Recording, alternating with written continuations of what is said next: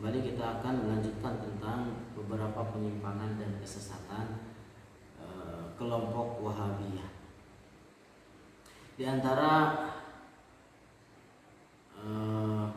hal penyimpangan yang menjadi penyimpangan kelompok Wahabiyah, bahwa mereka mengatakan bahwa di antara bid'ah yang dianggap sesat oleh mereka adalah halaqah zikir, yang mana di situ mursyid atau syekh menentukan bilangan tertentu agar dibaca oleh para muridnya atau para hadirin yang berzikir. Misalkan seperti syekh mengatakan bacalah la ilaha illallah 1000 kali, atau sallallahu alaihi wasallam 1000 kali atau lebih.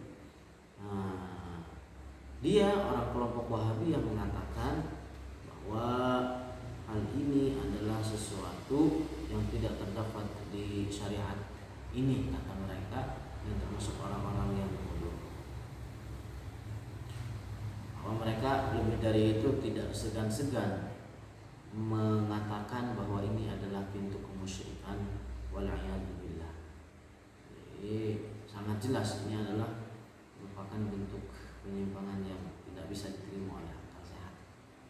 Kemudian di antara penyimpangan kelompok kesesatan kelompok Wahabiyah, bahwa mereka mengharamkan menggunakan hiriz atau menggunakan ar-ruqa, artinya tulisan yang di dalamnya tuliskan ayat-ayat Al-Quran. Mereka mengatakan, kemudian dikalungkan. Mereka mengatakan bahwa ini adalah merupakan pintu kekufuran menurut mereka. Jadi bahkan bisa saja menjatuhkan seseorang dalam pintu kesyirikan. Bahwa kita katakan terhadap kelompok Wahabiyah, mereka pada hakikatnya adalah orang-orang bodoh yang tidak paham tentang makna ibadah. Tentang permasalahan ini, bahwa Rasulullah Shallallahu Alaihi Wasallam mengajarkan kepada kita untuk membaca wirid, membaca zikir ketika hendak tidur. Dalam satu riwayat Rasulullah mengatakan, Rasulullah bersabda, "Idza fazi'a ahadukum," ketika kalian terbangun dari tidur, maka katakanlah atau bacalah bismillah, a'udzu bikalimatillahi tammati min ghadabihi wa iqabihi wa syarri ibadihi wa min hamazati syayatin wa ayyahdurun. Apa yang dilakukan sahabat Abdullah ibn Umar? Abdullah ibn Umar, beliau mengajarkan wirid ini terhadap anak-anaknya yang sudah beranjak balik, dan mengucapkan atau membacakan agar mereka dibaca oleh mereka ketika hendak tidur.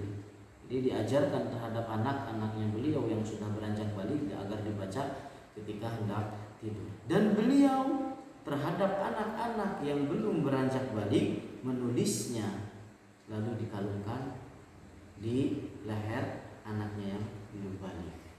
Secara tidak langsung orang Wahabiyah mengatakan bahwa Abdullah bin Umar itu melakukan suatu perbuatan yang menyebabkan atau bahkan hampir tergelincir pada kemusyrikan. Wala'iyadzubillah.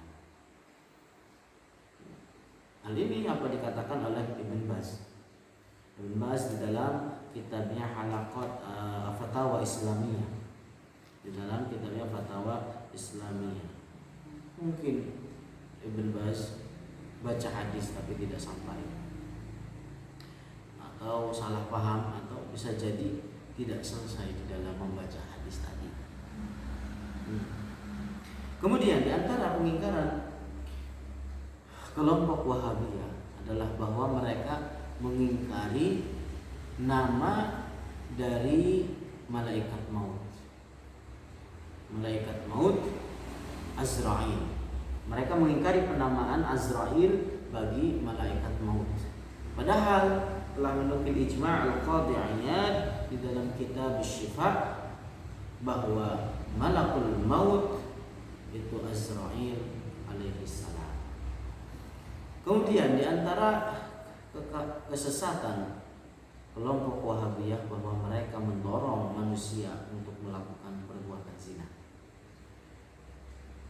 Kenapa? Karena mereka berfatwa bahwa ketika seorang laki-laki mentalak istrinya dengan talak 3, kata mereka talak tersebut jatuh 1. Jadi secara tidak langsung mereka memotivasi, mendorong manusia untuk berbuat zina. Wala'iyatubillah. Padahal ulama umat Islam, ulama kaum muslimin telah sepakat, telah menukil ijma' bahwa orang yang mentalak istrinya dengan talak 3 jatuh 3. Bahwa orang yang mentalak istrinya dengan talak 3 jatuh 3. Kemudian di antara kesesatan kelompok Wahabiyah yang selanjutnya adalah bahwa keluarnya perempuan dari rumah dengan tujuan bekerja adalah merupakan macam bentuk perbuatan zina. Jadi dengan demikian secara tidak langsung orang-orang Wahabiyah menuding perempuan-perempuan kaum muslimin yang bersih dengan berzina, seolah-olah pelaku zina yang pelaku perbuatan dosa. Padahal sudah sangat jelas di dalam hadis bahwa Rasulullah memerintahkan terhadap perempuan untuk sholat Idul Adha di musholla atau tempat sholat.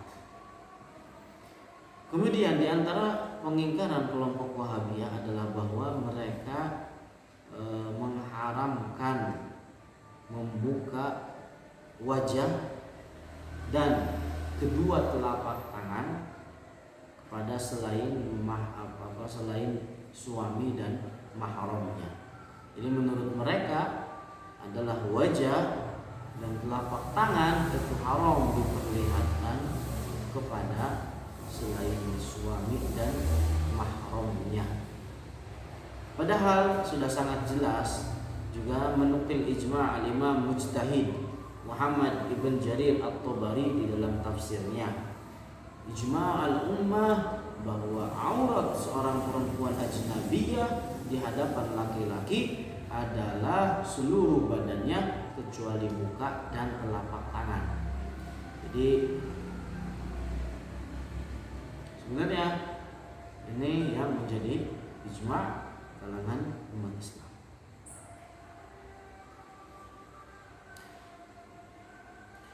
Nah, apa yang mendasari bahwa kelompok Wahabiyah mengharamkan banyak sekali yang menjadi amaliyah kaum muslimin, yang banyak sekali yang merupakan amaliyah dari kaum Ahlus Sunnah wal Jamaah. Mereka melandasi bahwa ini semua adalah sesuatu yang tidak disyariatkan dengan dalih bahwa Rasulullah tidak pernah mengerjakannya. Kalau seandainya perbuatan-perbuatan tadi adalah sesuatu yang bagus, maka tentu Rasulullah akan melakukannya. Bagaimana bantahan kita? Kita katakan terhadap mereka banyak perkara-perkara yang baru, banyak perkara-perkara baru yang terjadi, yang dirintis setelah meninggal Rasulullah SAW, yang mana perbuatan baru tersebut bahkan tidak dikerjakan oleh Rasulullah, juga bahkan tidak dikerjakan oleh para sahabatnya. Di antara yang paling jelas adalah pemberian titik pada Al-Quran. Pemberian titik pada Al-Quran, titik pada huruf, di atas huruf ataupun di tengah huruf, di bawah huruf. Memberikan tanda juz', memberikan tanda hizb, pemberian ayat, pemberian angka pada ayat Al-Quran, memberikan tashkil, memberikan syaddah, dan lain-lain sebagainya. Ini semua adalah sesuatu yang dinilai baik oleh para ulama, tapi tidak terdapat di zaman Rasulullah Shallallahu Alaihi Wasallam. Pada hakikatnya kelompok Wahabiyah adalah mereka mengharamkan apa yang mereka kehendaki dan menghalalkan apa yang mereka kehendaki. Cara beragama mereka amburadul, acak adul, ikuti sekedar hawa nafsu belaka. Bahkan mereka tidak segan-segan berfatwa dengan apa yang menjadi hawa nafsu mereka. Jadi dengan dalil bahwa sesuatu yang baharu yang dikerjakan, yang dirintis setelah wafatnya Rasulullah Shallallahu Alaihi Wasallam adalah bid'ah dhalalah. Kita katakan, kita bantah mereka dengan satu hadis bahwa Rasulullah Shallallahu Alaihi Wasallam bersabda, "Man sanna fil Islami sunnatan hasanatan, falahu ajruha wa ajru man amila biha, min ghairi an yanqusa min ujurihim syai'. Wa man sanna fil Islami sunnatan sayyi'atan kana 'alaihi wizruha wa wizru man amila biha min ghairi an yanqusa min awzarihim syai'." Hadis ini memberikan pemahaman kepada kita bahwa Rasulullah mengajarkan terhadap umatnya bid'ah terbagi kepada dua macam, bid'ah dhalalah dan bid'ah huda. Wallahu subhanahu wa ta'ala a'lamu.